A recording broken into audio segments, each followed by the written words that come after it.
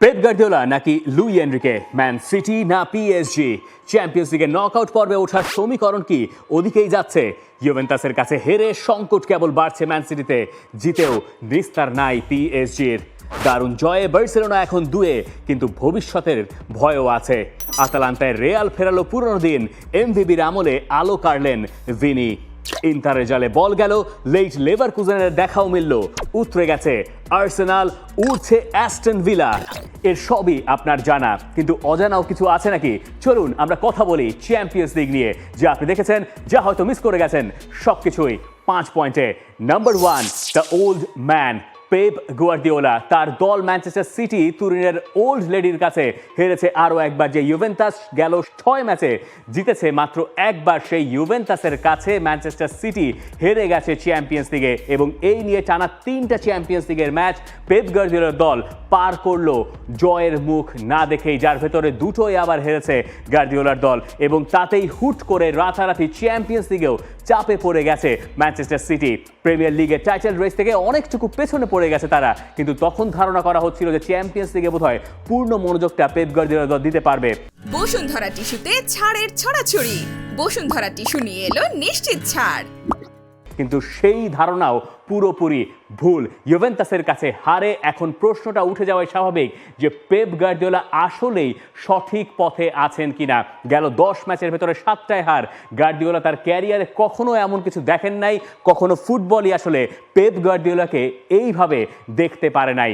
এই ম্যাচের আগে পেপ গার্দিওলা বলছিলেন তিনি ম্যানচেস্টার সিটি দিয়েই তার ক্লাব কোচিং ক্যারিয়ার শেষ করবেন। বুঝতেই পারছেন যে কতখানি চাপে থাকলে একজন কোচ, যিনি মাত্র সপ্তাহ কয়েক আগে নতুন কন্ট্রাক্টে সাইন করেছেন, তিনি বলে যান যে এরপরে তিনি আর কোনো ক্লাব টিমে কোচিং করাবেন না।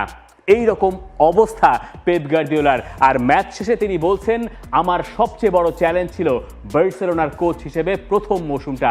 আসলে এটাই জীবন, সব সময় তো আর একরকম যায় না, কখনো কখনো খারাপ সময়ও আসে।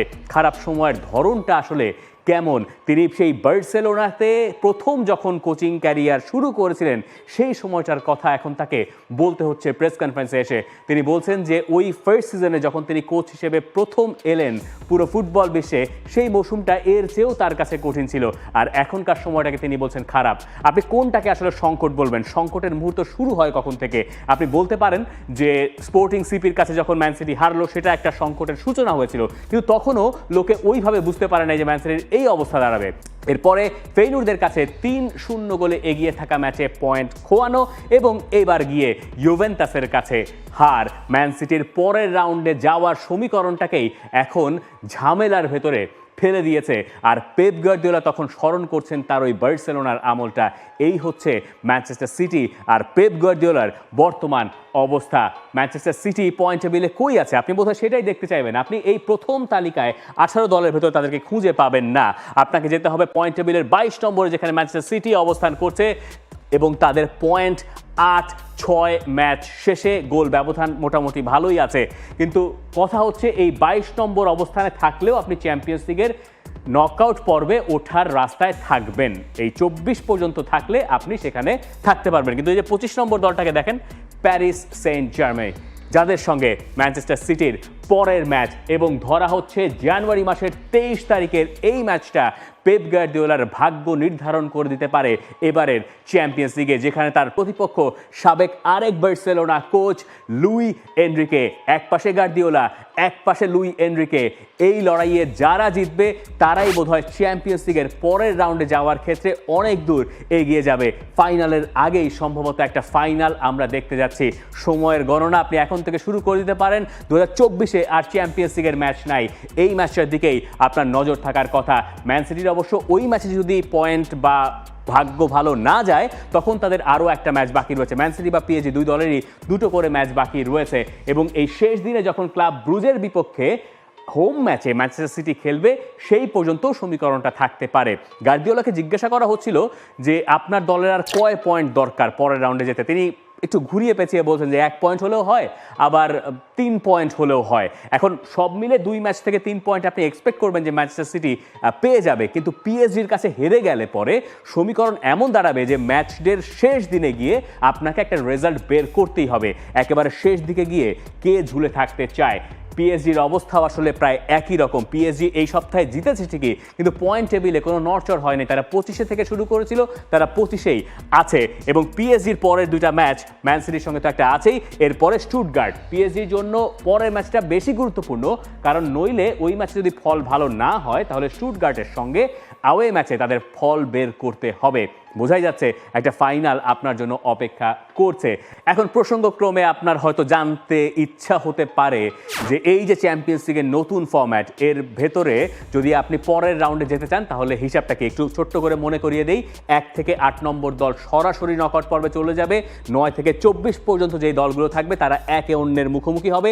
এখান থেকে 8টা দল পাবেন, এই 8টা দল আর ওই 8টা দল খেলা হবে। সেখান থেকে রাউন্ড অফ 16 থেকে আপনি কোয়ার্টার ফাইনালের পথ ধরবেন। তবে তার আগে অপটার ওই পয়েন্টের চার্টটা একবার মনে করিয়ে দেওয়া দরকার।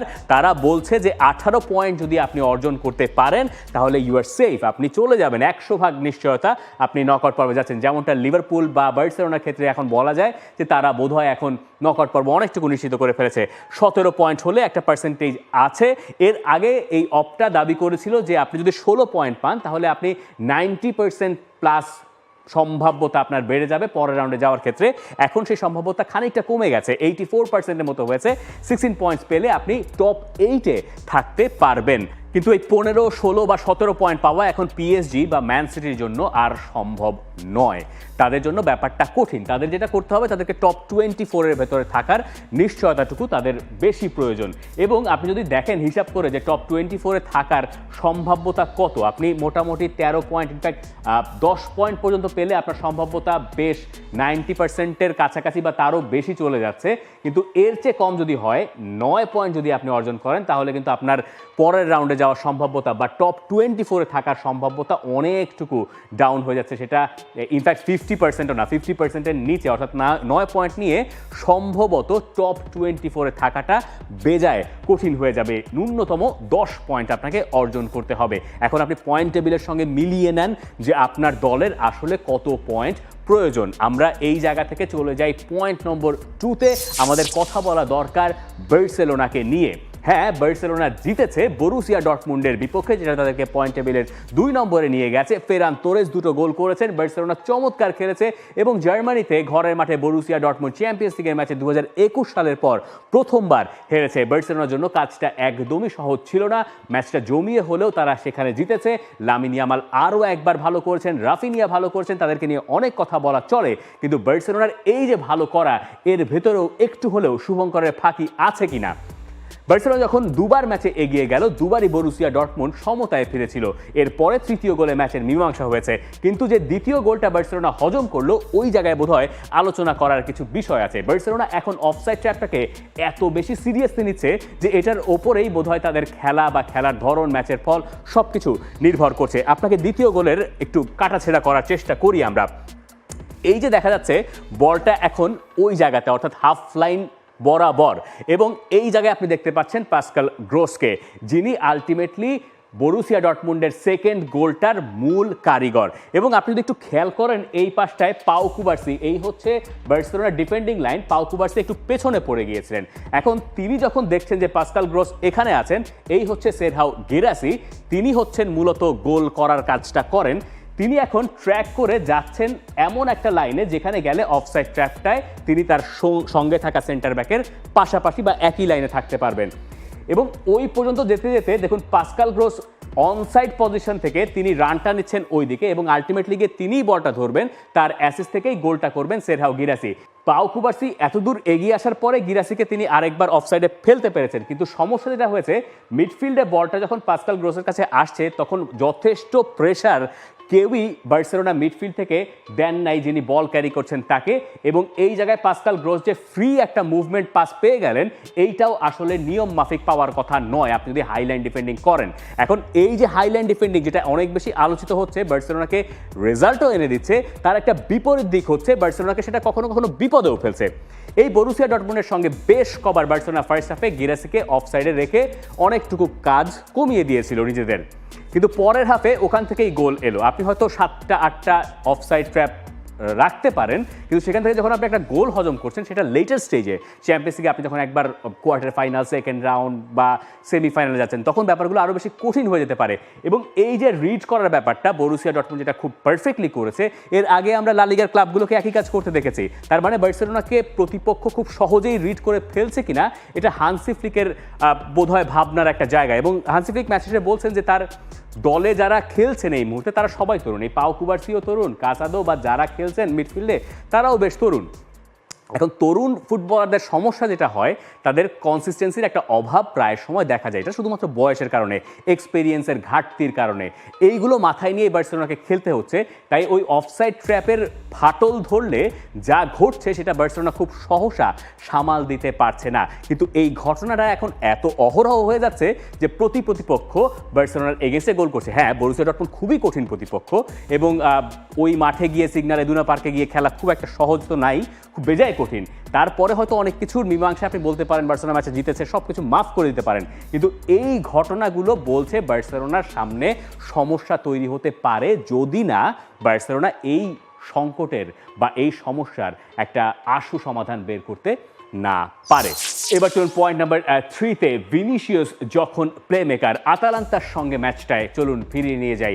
রিয়াল মাদ্রিদ ওই ম্যাচটায় বেশ দারুণ স্টার্ট করলো, কিলিয়ান এমবাপে গোল করলেন, আতালান্তা একটা পেনাল্টি থেকে সমতায় ফিরলো, এমবাপে মাঝে ইনজুর্ড হয়ে মাঠও ছাড়লেন। এরপর সেকেন্ড হাফ যখন আতালান্তা ফিরলো তখন মনে হলো যে আতালান্তা বোধহয় এবার খুব আত্মবিশ্বাস নিয়ে খেলা শুরু করেছে সেকেন্ড হাফ থেকে। রিয়াল মাদ্রিদকে তখন আর খুঁজেই পাওয়া যাচ্ছিল না। ইনফ্যাক্ট ভিনিসিয়াস জুনিয়র তখন পর্যন্ত একটা ঠিকঠাক মতো শটও করতে পারে নাই, যা পাস দিচ্ছিলেন সেগুলোও ভুলভাল হচ্ছিল। ওই মুহূর্তে রিয়াল মাদ্রিদ যখন চাপে তখন আমরা দেখলাম যে রিয়াল মাদ্রিদের কাছ থেকে সেই পুরনো ব্যাপারটা বেরিয়ে এলো। গেল কয়েক মৌসুম ধরে যে রিয়াল মাদ্রিদকে আমরা চ্যাম্পিয়ন্স লিগে দেখছি সেই রিয়াল মাদ্রিদকে দেখা গেল। স্রোতের বিপরীতে রিয়াল মাদ্রিদ তখন অপোনেন্টের একটা ভুল থেকে গোল করলো, প্রথমটা করলেন ভিনিসিয়াস এবং এর পরেরটা বেলিংহামকে দিয়ে করালেন ভিনিসিয়াস জুনিয়র নিজে।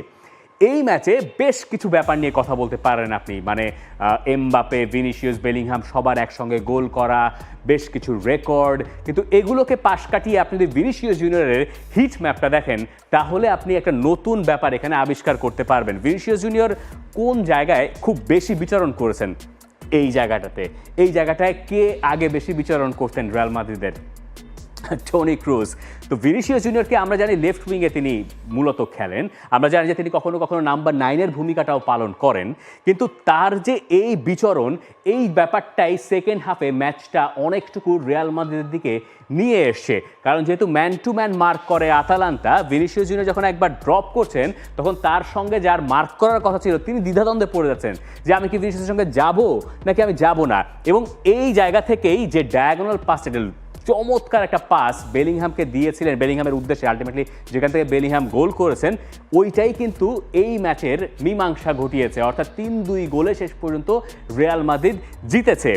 ভিনিসিয়াস জুনিয়রের প্লেইং স্টাইলে এই ব্যাপারটা যে আছে এটা আমরা এতদিন খুব ভালো মতো জানতাম না, যেটা কার্লো আনচেলত্তি বের করে দিচ্ছেন। ইনফ্যাক্ট ম্যাচ শেষে কার্লো আনচেলত্তি একদম স্পষ্ট করে বলেও দিচ্ছেন যে ভিনিসিয়াস জুনিয়রকে তিনি নিচে নামিয়ে এনে এই ম্যাচটা মূলত বের করে এনেছেন, কৌশলটা তিনি পুরোপুরি বাতলে দিচ্ছেন। কোথাও ভিনিসিয়াস জুনিয়র বোধহয় একটু কারিম বেনজিমা টাইপ রোলও প্লে করলেন, যখন বেনজিমা আর রোনালদো একসঙ্গে খেলতেন। বেনজিমা যে রোলটায় ছিলেন এই একই রকম ছকে এমবাপে প্রথম গোলটা করেছিলেন যেখানে আতালান্তার সঙ্গে, এবং আর্লি একটা লিড রিয়াল মাদ্রিদ পেয়ে গিয়েছিল। দেখুন আপনি পাসিং পার্সেন্টেজ ভিনিসিয়াসের এই ম্যাচে খুব একটা ভালো জানে, তার এই ম্যাচে আসলে পুরোপুরি ফিট থেকে খেলারই কথা ছিল না।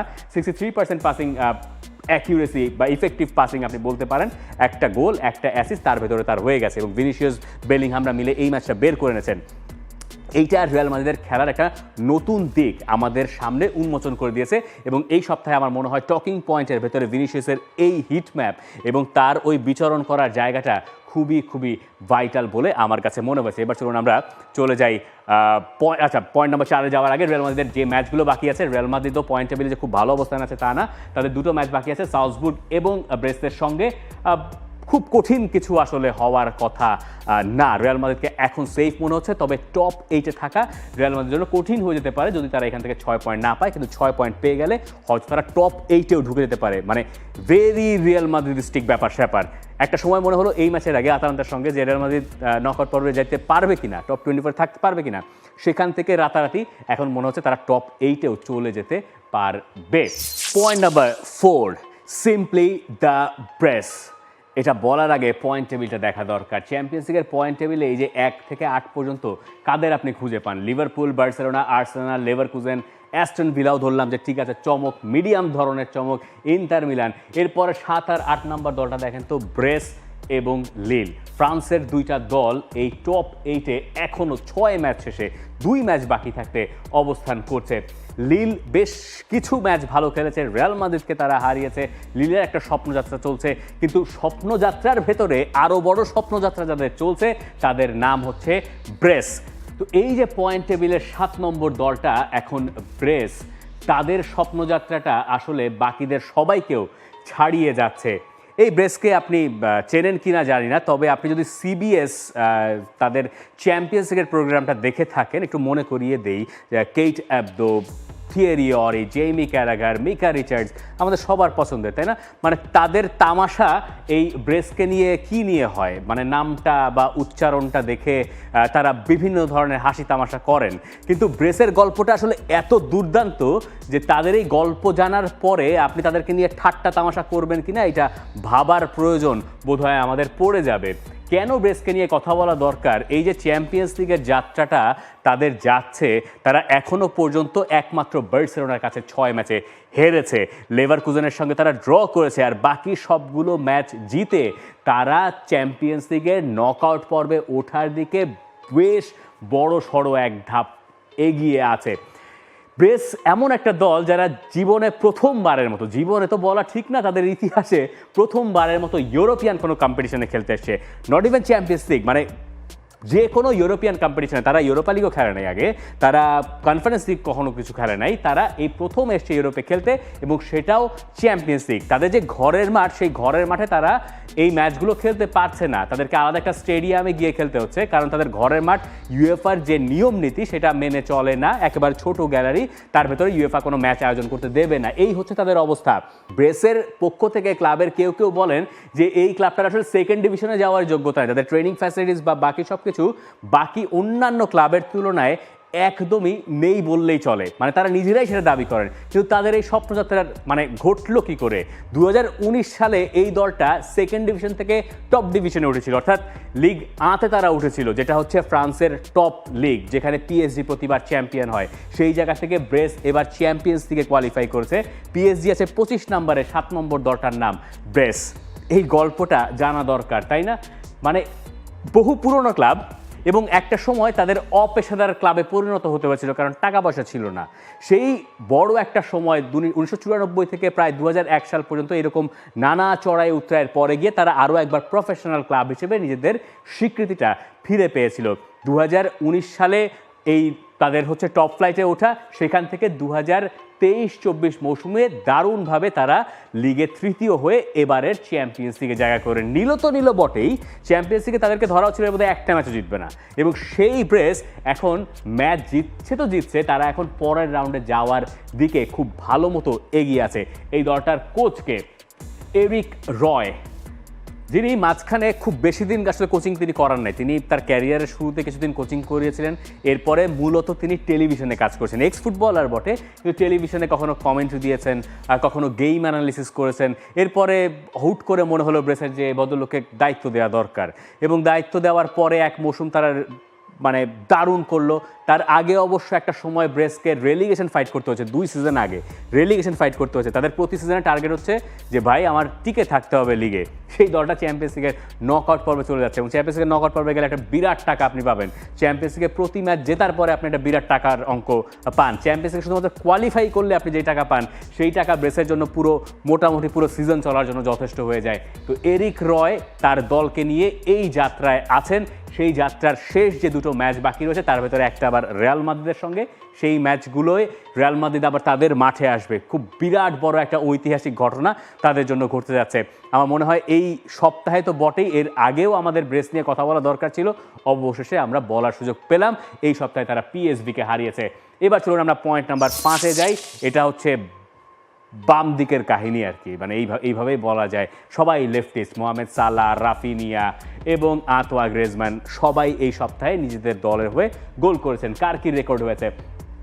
প্রথমটা আমরা যদি দেখে নেই, রাফিনিয়া এখনো পর্যন্ত চ্যাম্পিয়ন্স লিগে ম্যাচ খেলেছেন 6টা, তার গোল আছে 6টা, অ্যাসিস্ট আছে 9টা, মানে 9টা তার এরই মধ্যে এই সিজনে গোলের কন্ট্রিবিউশন হয়ে গেছে। রাফিনিয়াকে দেখলে এখন কখনো কখনো মনে হয় যে বার্সার জার্সিতে বোধহয় লিওনেল মেসি ফিরে এসেছেন, এরকমও মনে হয়। রাফিনিয়ার মেসি কেন্দ্রিক আরেকটা ঘটনা অবশ্য ঘটেছে, তবে এক জায়গায় রাফিনিয়া একটু আলাদা। এখনো পর্যন্ত 2024 সালে রাফিনিয়ার চ্যাম্পিয়ন্স লিগে 9 গোল আর 3 অ্যাসিস্ট, সব মিলিয়ে গোলের কন্ট্রিবিউশন 12টা। আর 2024 সালে সবচেয়ে বেশি চ্যাম্পিয়ন্স লিগের গোলের কন্ট্রিবিউশন এখন ওই 12টাই দুজনের আছে, একজন ভিনিসিয়াস জুনিয়র আর একজন রাফিনিয়া। দুই ব্রাজিলিয়ান এই জায়গায় রুল করে যাচ্ছেন। পরেরটা আঁতোয়া গ্রেজম্যান, গেল 5 ম্যাচে 7ম গোল তার হয়ে গেছে। এই সপ্তাহেও তিনি জোড়া গোল করেছেন এবং চ্যাম্পিয়ন্স লিগে এই সিজনে তার গোল হয়ে গেছে 4টা, অ্যাসিস্ট হয়েছে 2টা। আঁতোয়া গ্রেজম্যান দুর্দান্ত ফর্মে আছেন, 33 বছর বয়সে, তারও কখনো চ্যাম্পিয়ন্স লিগ জেতা হয় নাই। আতলেতিকো মাদ্রিদ যে অবস্থায় আছে পয়েন্ট টেবিলে, সেখান থেকে চ্যাম্পিয়ন্স লিগ জেতার আলোচনা করা তাদের জন্য একটু টু আর্লি হয়ে যায়। কিন্তু গ্রেজম্যান যদি এই ফর্মে থাকেন এবং একই সঙ্গে ইউলিয়ান আলভারেজকে যদি এই একই রকম ছন্দে খুঁজে পাওয়া যায়, আতলেতিকো মাদ্রিদ এইবার চ্যাম্পিয়ন্স লিগে চ্যালেঞ্জ হয়ে দাঁড়াতে পারে বড় দলগুলোর জন্য। মোহামেদ সালাহর ক্ষেত্রেও কথাটা একেবারে মিথ্যা নয়, সালাহর গোল অবশ্যই একটু কম, কিন্তু মোহামেদ সালাহর অ্যাসিস্ট আছে 4টা। 2024-এ আরও একটা ব্যাপার মোহামেদ সালাহর সঙ্গে ঘটছে বা মোহাম্মদ সালাহ ঘটাচ্ছেন, তিনি 2024-এ ওপেন প্লে থেকে সবচেয়ে বেশি 5টা চ্যাম্পিয়ন্স লিগের সুযোগ তৈরি করেছেন। এর চেয়ে বেশি সুযোগ তৈরির ঘটনা আর কোনো ফুটবলার ঘটাতে পারেন নাই। তারও বয়সের একটা হিসাব আছে, তারও কন্ট্রাক্ট নিয়ে একটা মারপ্যাচ আছে। তবে মোহামেদ সালাহর গোলেই এই সপ্তাহে লিভারপুল জিতেছে। জিরোনার সঙ্গে ম্যাচটা খুব কঠিন হয়ে যাচ্ছিল লিভারপুলের জন্য, খুব একটা খুশি লিভারপুলের কোচ হন নাই। এই ছিল আমার এই সপ্তাহের 5 মিশালি। আমি জানি আপনি বলতে পারেন বহু কিছু নিয়ে কথা বলার সুযোগ ছিল, কিন্তু টাইমেরও তো একটা ব্যাপার আছে, আর আপনারও তো একটা কাজ আছে। কি নিয়ে কথা বলা দরকার ছিল আপনার জন্য কমেন্ট সেকশন খোলাই আছে। For more updates, subscribe to our YouTube channel and click on the bell icon. Follow us on Facebook and Instagram. Download T-Sports app to enjoy exciting games and highlights. Visit tsports.com.